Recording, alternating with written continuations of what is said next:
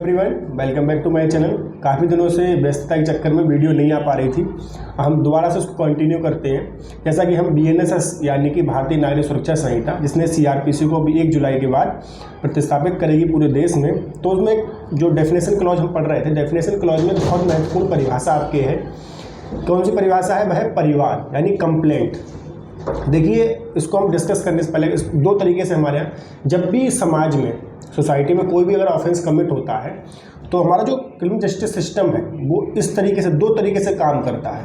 पहला तरीका ये है कि आप अगर मान लीजिए कोई अपराध घटित हो रहा है तो उसकी इत्तला दे सकते हैं। ठीक है, इत्तला कहाँ देंगे? पुलिस स्टेशन में देंगे इत्तला जाके।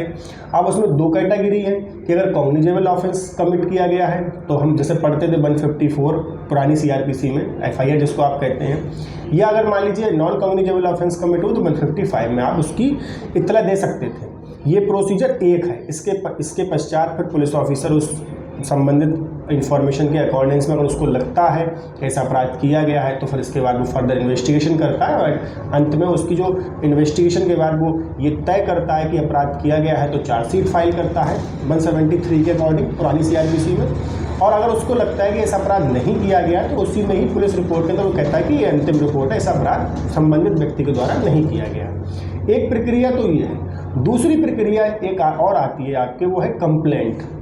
जनरली समाज में ये पाया गया है कि पुलिस से उतना कन्वीनियंटली व्यक्ति बात नहीं कर पाता है, तो एक प्रक्रिया दी गई है कंप्लेंट की।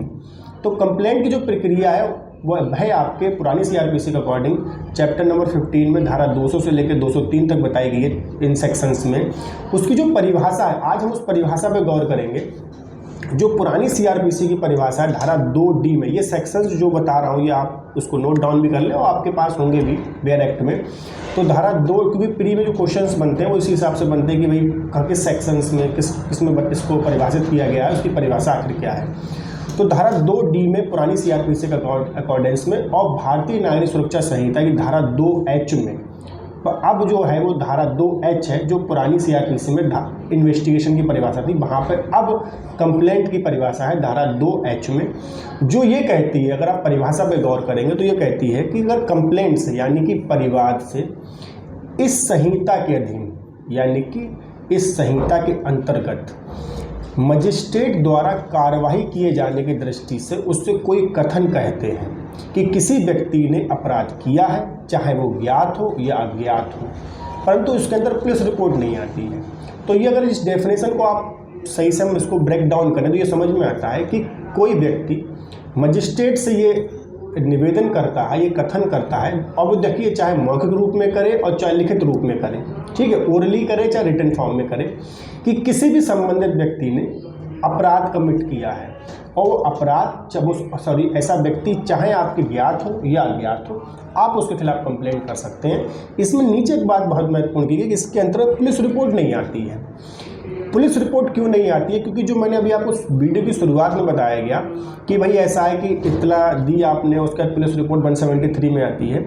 तो इसमें एक सेक्शन यहाँ पे और ऐड ऑन करते हैं 190, जो पुरानी CRPC में कॉग्निजेबल ऑफेंस, संज्ञान के बारे में, यानी कि मजिस्ट्रेट संज्ञान किस पे लेते हैं, कॉग्निजेंस किस पे लेते हैं। तो कॉग्निजेंस पहला तो आपके सिंपल तौर पे किस पे लेते हैं? पुलिस रिपोर्ट पे लेते हैं। जो परिवाद है उस पर लेते हैं, ठीक है। तो इसीलिए दो प्रक्रिया अलग अलग है। तो यहाँ पर अगर हम देखें तो परिभाषा को अगर हम यहाँ पर, तो परिभाषा ये कहती है कि किसी व्यक्ति ने अपराध किया है, ठीक है, एक व्यक्ति मजिस्ट्रेट से निवेदन करता है कि भाई आप उसके खिलाफ कार्रवाई करिए। तो अब यहाँ पर ये बात आती है कि सबसे पहला क्वेश्चन तो ये राज होता है कि भाई परिवाद में क्या क्या सामग्री, तो जो परिवाद में सारी चीज़ें सामग्री नहीं होना चाहिए। प्रथम दृष्टया मजिस्ट्रेट को लगे कि अपराध सब किसी व्यक्ति के द्वारा किया गया है, ठीक है। अब दूसरा क्वेश्चन यह राइज होता है कि मान लीजिए आपके परिवाद करने की आखिर पात्रता क्या है, एलिजिबिलिटी ऑफ कंप्लेंट, यानी कि कौन व्यक्ति कंप्लेंट कर सकता है। तो कंप्लेंट कोई भी व्यक्ति कर सकता है, चाहे वह आपराधिक तथ्य का साक्षी हो या ना हो, यानी कि विटनेस हो या ना हो, कोई भी व्यक्ति किसी भी अपराध को करने की कंप्लेंट मजिस्ट्रेट से कर सकता है, ठीक है। लेकिन जैसे मान लो सपोज करिए, और एक बात, एक क्वेश्चन और आता है कि कंप्लेंट जो है संज्ञेय असंज्ञेय, कॉग्निजेबल नॉन कॉग्निजेबल दोनों ऑफेंसेस की जा सकती है। कोई इसमें दिक्कत नहीं है। वैसे कॉग्निजेबल ऑफेंस कमिट करने की जो प्रक्रिया है वह आपके पुलिस ऑफिसर के आप FIR दे सकते, उसको इत्तला दे सकते हैं, आप FIR भी कहते हैं, फर्स्ट इन्फॉर्मेशन रिपोर्ट। लेकिन कंप्लेंट चाहे कॉग्निजेबल ऑफेंस हो चाहे नॉन कॉग्निजेबल ऑफेंस हो, आप कंप्लेंट फाइल कर सकते हैं। लेकिन अब यहाँ पर फिर से लौटते हैं कि परिवाद करने की पात्रता क्या है। तो जो परिवाद करने की पात्रता है, कोई भी व्यक्ति एलिजिबल है वो परिवाद कंप्लेंट कर सकता है मजिस्ट्रेट के सामने। लेकिन कुछ सेक्शंस हैं जो पुरानी अगर धारा CRPC देखें तो उसमें 195, 198, 199 जिसमें संबंधित व्यक्ति जो प्राधिकृत किया है वही व्यक्ति कंप्लेंट कर सकता है। इसको अगर नई अगर आप BNSS में देखेंगे तो BNSS की धारा 215, 219, 222 में जो व्यक्ति है, जैसे कि फॉर एग्जांपल 198 है तो उसमें क्या है, विवाह संबंधी कोई अपराध होते हैं, ठीक है। तो विवाह संबंधी अगर आप जनरली क्या, जो व्यक्ति पीड़ित व्यक्ति है यानी पत्नी है तो वो कंप्लेंट करने के लिए प्राधिकृत होती है। अगर पत्नी किसी वजह से नहीं कर पाती है तो उसके माता पिता, उसका भाई, उसके जो भी रिलेटिव्स हैं वो व्यक्ति ही कंप्लेंट कर सकते हैं, कोई थर्ड पर्सन कंप्लेंट नहीं कर सकता है। इसीलिए कंप्लेंट करने की जो पात्रता है वो यहाँ पर दी गई है कि संबंधित व्यक्ति ही कंप्लेंट फाइल कर सकते हैं। एक बात ये यहाँ पर हो गई। अब अगर यहाँ पर एक क्वेश्चन और अराइज होता है जिसको हम यहीं पर कर ले यहीं पे इसको एड्रेस कर लेते हैं कि परिवाद और इत्तला में अंतर क्या होता है, सूचना, ठीक है। एक 190 सेक्शन जो पुराना उसमें ही ये लास्ट का क्लॉज उसमें दिया जाता है कि मजिस्ट्रेट किसी व्यक्ति की दी गई इत्तला पर भी कॉग्निजेंस ले सकता है। तो ये क्वेश्चन अराइज होता है क्योंकि वो आप भाई मजिस्ट्रेट से आप किसी अपराध की यानी सूचना दे रहे हैं या मजिस्ट्रेट किसी अपराध की यानी कंप्लेंट दे रहे हैं, दोनों में अंतर क्या है बेसिकली। तो देखो दोनों में जो अंतर होता है, दोनों में अंतर बेसिकली ये है कि कंप्लेंट में अगर कोई व्यक्ति मजिस्ट्रेट से कंप्लेंट करता है तो मजिस्ट्रेट बाउंड है धारा 200 के लिए, जो पुरानी CRPC की धारा 200 से लेकर 203 तक की कार्रवाई करने को। इसको हम कंपेरिजन कर लें तो आपकी जो प्रक्रिया है, अब धारा 223 यानी पुरानी जो आपकी नई BNSS है उसकी धारा 223, 24, 25 और 26 तक इसमें प्रक्रिया बताई गई है।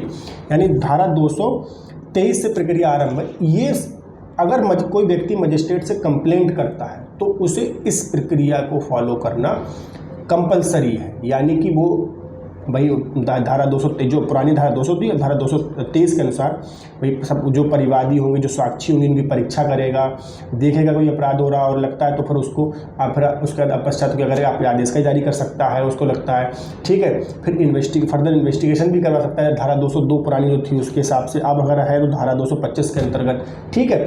साथ ही साथ अगर उसको लगता है इसको भाई संबंधित व्यक्ति कोई मामला नहीं बनता तो उसको खारिज कर सकता है धारा 226 के अनुसार, पुराने में धारा 203 के अनुसार, ठीक है। तो ये प्रक्रिया आपके उसको फॉलो करनी ही पड़ेगी, ये बाउंड है अगर मजिस्ट्रेट से कंप्लेंट की जाती है, ठीक। लेकिन इत्तला में क्या है, इत्तला क्या है, इत्तला में मजिस्ट्रेट बाउंड नहीं है कि वो प्रक्रिया अपनाए, वो प्रक्रिया कोई वो चाहे तो कॉग्निजेंस ले सकता है, चाहे कॉग्निजेंस नहीं लेता है। साथ ही साथ एक बात और, अगर मजिस्ट्रेट किसी इत्तला पर कॉग्निजेंस लेता है, ध्यान रखिएगा, तो पुरानी CRPC के सेक्शन 191 और अब है वो सेक्शन 211 BNSS के धारा 211 के अंतर्गत, पुरानी CRPC धारा 191 के अंतर्गत जिस व्यक्ति के खिलाफ आपके क्या जैसा मतलब जिस व्यक्ति के खिलाफ कॉग्निजेंस लिया गया है मजिस्ट्रेट ने, तो उस अभियुक्त व्यक्ति को ये राइट है कि वो अपने मामले का अंतरण उस मजिस्ट्रेट के कोर्ट से दूसरे कोर्ट में करवा सकता है। ये आपके कंप्लेंट की बात है। अब इसमें कंप्लेंट में एक बात और निकल के आती है जो इसका स्पष्टीकरण है। स्पष्टीकरण ये कहता है कि आपके अगर ऐसा कोई मामला है कि जिसमें अगर भाई पुलिस ने इन्वेस्टिगेशन किया और उस इन्वेस्टिगेशन के पश्चात ये मामला मालूम चला कि मामला असंज्ञेय नॉन कॉग्निजेबल ऑफेंस कमिट किया गया था, तो फिर ऐसा पुलिस अधिकारी जो होगा वो परिवादी माना जाएगा और ऐसी पुलिस रिपोर्ट परिवाद मानी जाएगी। ऐसा इसलिए 155 अगर हम पढ़ते हैं इसमें जो नॉन कॉग्निजेबल ऑफेंस के लिए इत्तला जिसमें दी जाती है, तो उसमें सिंपल तौर पे ये है कि नॉन कॉग्निजेबल ऑफेंसेस जो कम आपके गंभीर प्रकृति के अपराध होते हैं उसमें पुलिस अधिकारी साधारणतः इन्वेस्टिगेशन मजिस्ट्रेट के आदेश के बिना नहीं कर सकता है। मजिस्ट्रेट आदेश देंगे उसके पश्चात ही वो फर्दर जो भी आपके इन्वेस्टिगेशन कर सकता है किसी व्यक्ति को, उसी आधार पर ही सब कुछ आगे कार्रवाइयाँ कर सकता है। तो यहाँ पर सिंपल तौर बता दिया गया है कि जो कंप्लेंट हमें है उसके अंतर्गत पुलिस रिपोर्ट नहीं आती है। पुलिस रिपोर्ट और ये दो अलग अलग चीज़ें हैं, ठीक है, ये इसके अंतर्गत नहीं आता है। तो ये आपके पूरा कंप्लेंट का हो गया। अब इस कंप्लेंट के अनुसार एक क्वेश्चन और भी बन सकता, मतलब एक नहीं, हाँ, इस कंप्लेंट के अंतर्गत आपके यही है। बाकी जो उसका प्रोसीजर है वो धारा 223 से लेकर 226 तक में दिया ही गया है। उसको हम नेक्स्ट वीडियो में पार्ट 2 बना के उसको डिस्कस कर लेंगे। बाकी प्री के लिए आपके क्वेश्चन फिर तो सम अप कर लेते हैं। पहला बात किस सेक्शंस में है, किस सेक्शन में है, धारा 2H में है BNSS के। दूसरी बात अगर हम इसको डिस्कस करें कि आपके परिवार कौन कर सकता है, तो परिवार कोई भी व्यक्ति कर सकता है, कोई वायोलेशन नहीं है।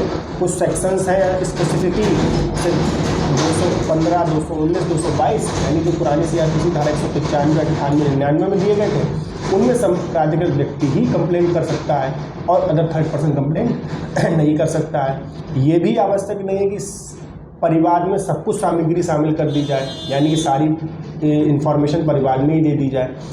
ये बिल्कुल के लिए बस इतना होना चाहिए कि मजिस्ट्रेट को लगे कि हाँ भाई अपराध किया गया है, ठीक है। आई होप आपको वीडियो पसंद आई हो। अगर वीडियो पसंद आई तो आप लाइक करें, शेयर करें, सब्सक्राइब करें। धन्यवाद।